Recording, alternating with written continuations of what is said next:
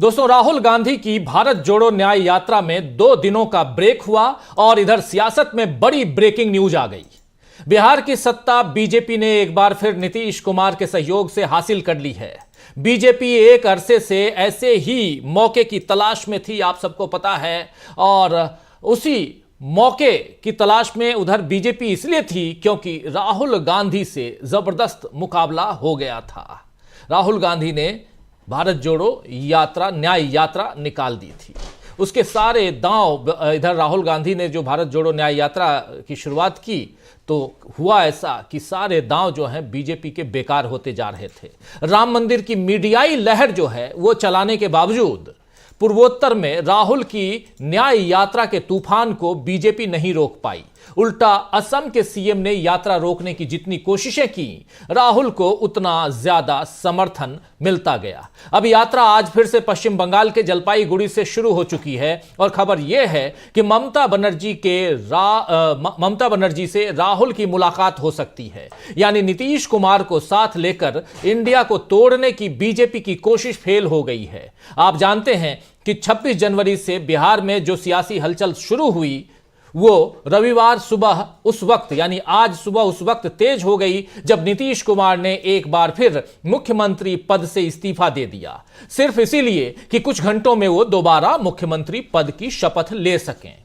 आप जानते हैं कि नीतीश कुमार ने फिर से बीजेपी से गठबंधन कर लिया है और अब बिहार में जेडीयू और बीजेपी की सरकार बन गई है, जिसमें नीतीश 9वीं बार सीएम बने हैं। लेकिन उनके साथ बीजेपी के 2 डिप्टी सीएम हैं। आपको याद होगा कि देश की सियासत में अब तक हरियाणा के विधायक गया लाल ने आया राम गया राम का मुहावरा दिया था। कैसे दिया था?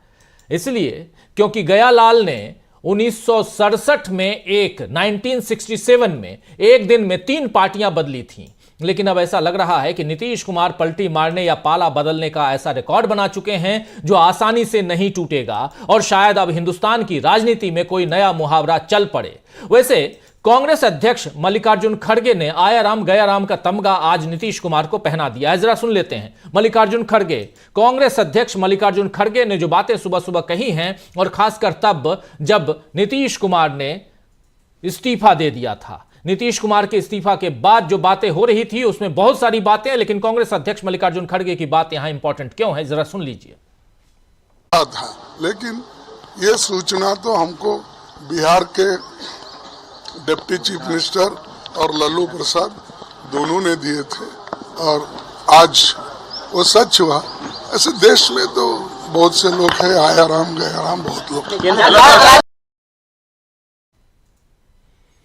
ऐसे देश में तो बहुत से लोग हैं, आया राम गया राम बहुत से लोग हैं, कह रहे हैं यहां मल्लिकार्जुन खड़गे। खैर, नीतीश कुमार ने बीजेपी के साथ मिलकर जो भी सियासी गेम सत्ता में बने रहने के लिए खेला है दोस्तों, वो उन पर ही भारी पड़ सकता है, क्योंकि चाहे जिस मजबूरी से बीजेपी ने नीतीश को फिर साथ लिया हो या जिस भी दबाव में नीतीश बीजेपी के साथ गए हों, दोनों ही हालात में असली फायदा महागठबंधन यानी आरजेडी, कांग्रेस और वाम दलों को होने वाला है बिहार में। क्योंकि बिहार में नीतीश कुमार की जो बची खुची विश्वसनीयता थी, जो क्रेडिबिलिटी थी, वो उन्होंने खुद ही खत्म कर दी है। इसे कहते हैं सुसाइड करना। आज सीएम पद की शपथ लेने के बाद नीतीश कुमार ने क्या कुछ कहा है, आइए जरा वो भी सुन लेते हैं। मुख्यमंत्री पद, आज सीएम पद की शपथ लेने के बाद, यानी कि जैसे सुबह जग के उठे, इस्तीफा दिया और शाम होते होते शपथ ले ली। कल तक या आज सुबह तक किसी और दल में थे, किसी और खेमे में थे, और शाम को किसी और खेमे में आ गए। और क्या कुछ कह रहे हैं नीतीश कुमार, सुनिए जरा। और अब सब दिन के लिए हम लोग एक ही साथ रहेंगे जो शुरू से थे। और आज कुछ लोगों का हो गया, यानी हमारे अलावे 8 लोगों का हो गया है वो, तो अब बाकी जो बचेंगे उसको बहुत जल्दी और काफी हो जाएगा। तेजस्वी कह रहे हैं, लेकिन आज जितने लोगों का किया गया है, तो आज तो आप सब जानते ही हैं, तीनों पार्टी का और एक इंडिपेंडेंट लड़के का किया जा चुका है। तो अभी 2 चीज हम बता देना चाहते हैं, और दूसरा विजय कुमार सिन्हा जी का। ये दोनों को हम उप मुख्यमंत्री के रूप में मान्यता देते हैं। ये दोनों मैं मुख्यमंत्री तेजस्वी कह रहे हैं कि 2024 तक जदयू खत्म हो जाएगी। इस सबके बाद में बताएंगे। तेजस्वी कह रहे हैं कि 2024 तक जदयू खत्म हो जाएगी। बिहार के हित में और पूरे इलाके के और बिहार के विकास के लिए हम काम करते हैं। इसी काम को आगे बढ़ाएंगे, तो इसी में हम लगे रहेंगे और बाकी सब कुछ नहीं। आप मालूम है ना भाई कि हम अलग हो गए थे, हम यहाँ हैं भाई। सबको एकजुट करके चाह रहे थे कि तेजी से तो सब कुछ कर नहीं रहा था, तो बेकारे हो ही गया ना। तो वही लोग ज्यादा चाह रहा था, बड़ा खुशी प्रकट करता था। आप पीछे के लिए नहीं वाला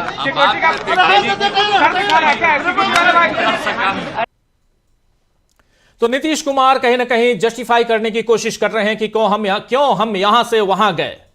खैर, अब महागठबंधन को सीट बंटवारे में भी फायदा होगा दोस्तों, क्योंकि जेडीयू के हिस्से की सीटों पर अब बीजेपी माथापच्ची करेगी और यहां एनडीए के बाकी दल यानी लोजपा और हम यानी हिंदुस्तानी आवाम मोर्चा जैसे दल अपने हिस्से को नहीं छोड़ेंगे और नीतीश कुमार को ही समझौता करना पड़ेगा, जबकि कांग्रेस, आरजेडी और वाम दल अब सीधे बीजेपी से मुकाबला करेंगे।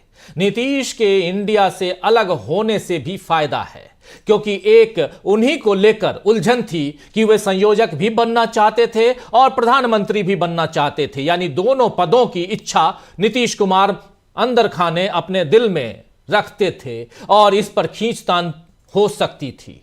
ममता बनर्जी, अखिलेश यादव, अरविंद केजरीवाल, इन लोगों ने कांग्रेस से थोड़ी अनबन के बावजूद यही आश्वासन दिया है कि वे इंडिया के साथ हैं और बीजेपी को हराने के लिए जोर लगा देंगे। इंडिया गठबंधन को इस समय ऐसे ही नेताओं और दलों की जरूरत भी है जो बड़े मकसद के लिए छोटे मतभेदों को किनारे रख सकें।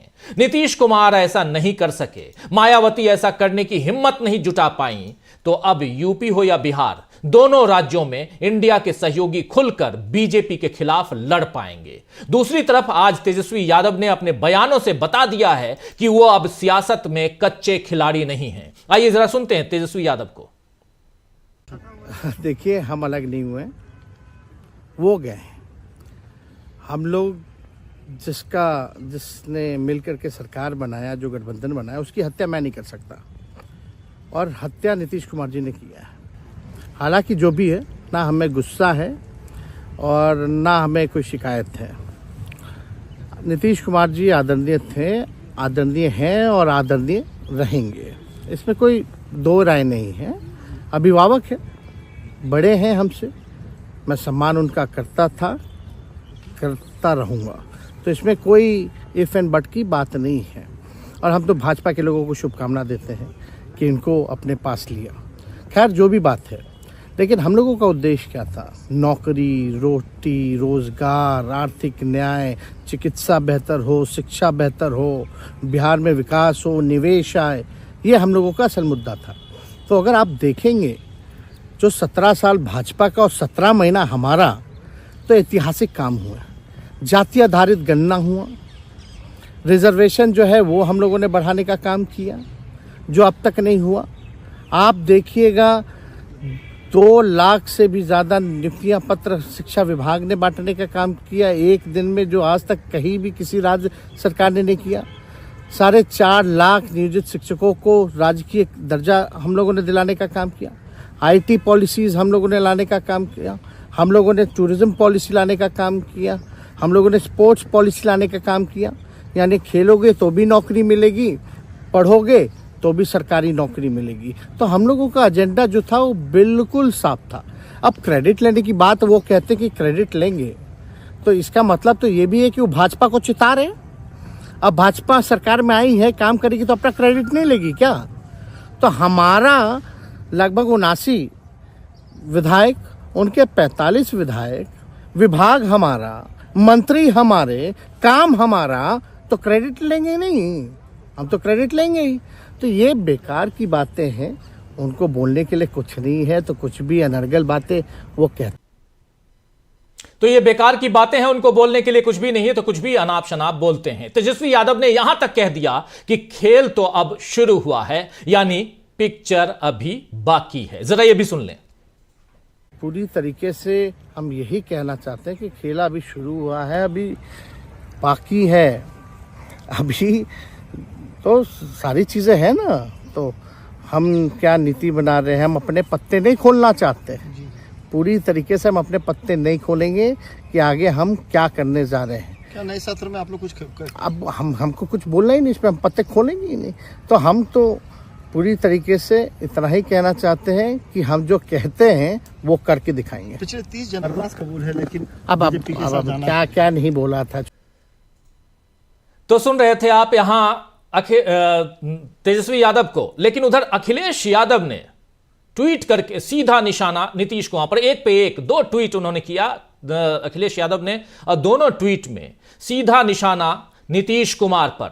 अखिलेश यादव लगातार इंडिया गठबंधन की मजबूती के लिए पिछले दिनों देखा जा सकता है कि वो काम कर रहे हैं। अखिलेश यादव ने क्या कुछ कहा ट्वीट में, जरा वो भी देख लेते हैं। अखिलेश यादव का पहला ट्वीट क्या कुछ लिखते हैं, देखिए जरा। अखिलेश यादव के ट्वीट को जल्दी आप तक हम पहुंचाते हैं। तो अखिलेश यादव ने जो कुछ निशाना साधा है वो जल्दी से जल्दी आप तक हम पहुंचाएंगे, लेकिन सबसे बड़ी बात यहां कि ये देखिए अखिलेश यादव का ट्वीट, ये लिख रहे हैं, ये भाजपा का लोकसभा चुनाव हारने की हताशा का नतीजा है, जिसमें साजिश करके एक भावी प्रधानमंत्री को अपने साथ मिलाकर मुख्यमंत्री के पद तक ही सीमित कर दिया। भाजपा ने बिहार की जनता का अपमान किया है और जनमत का भी अपमान किया है। जनता इस अपमान का जवाब भाजपा गठबंधन को लोकसभा का चुनाव हरा कर देगी।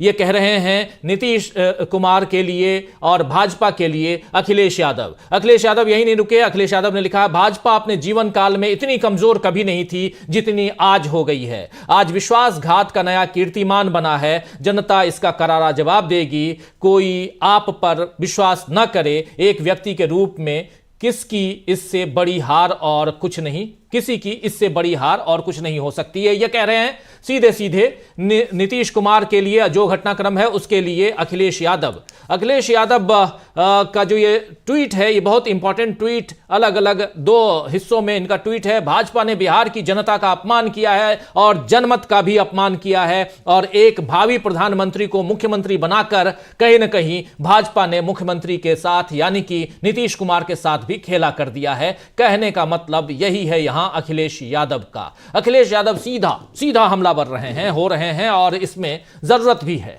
तो दोस्तों आइए आज न्यूज पॉइंट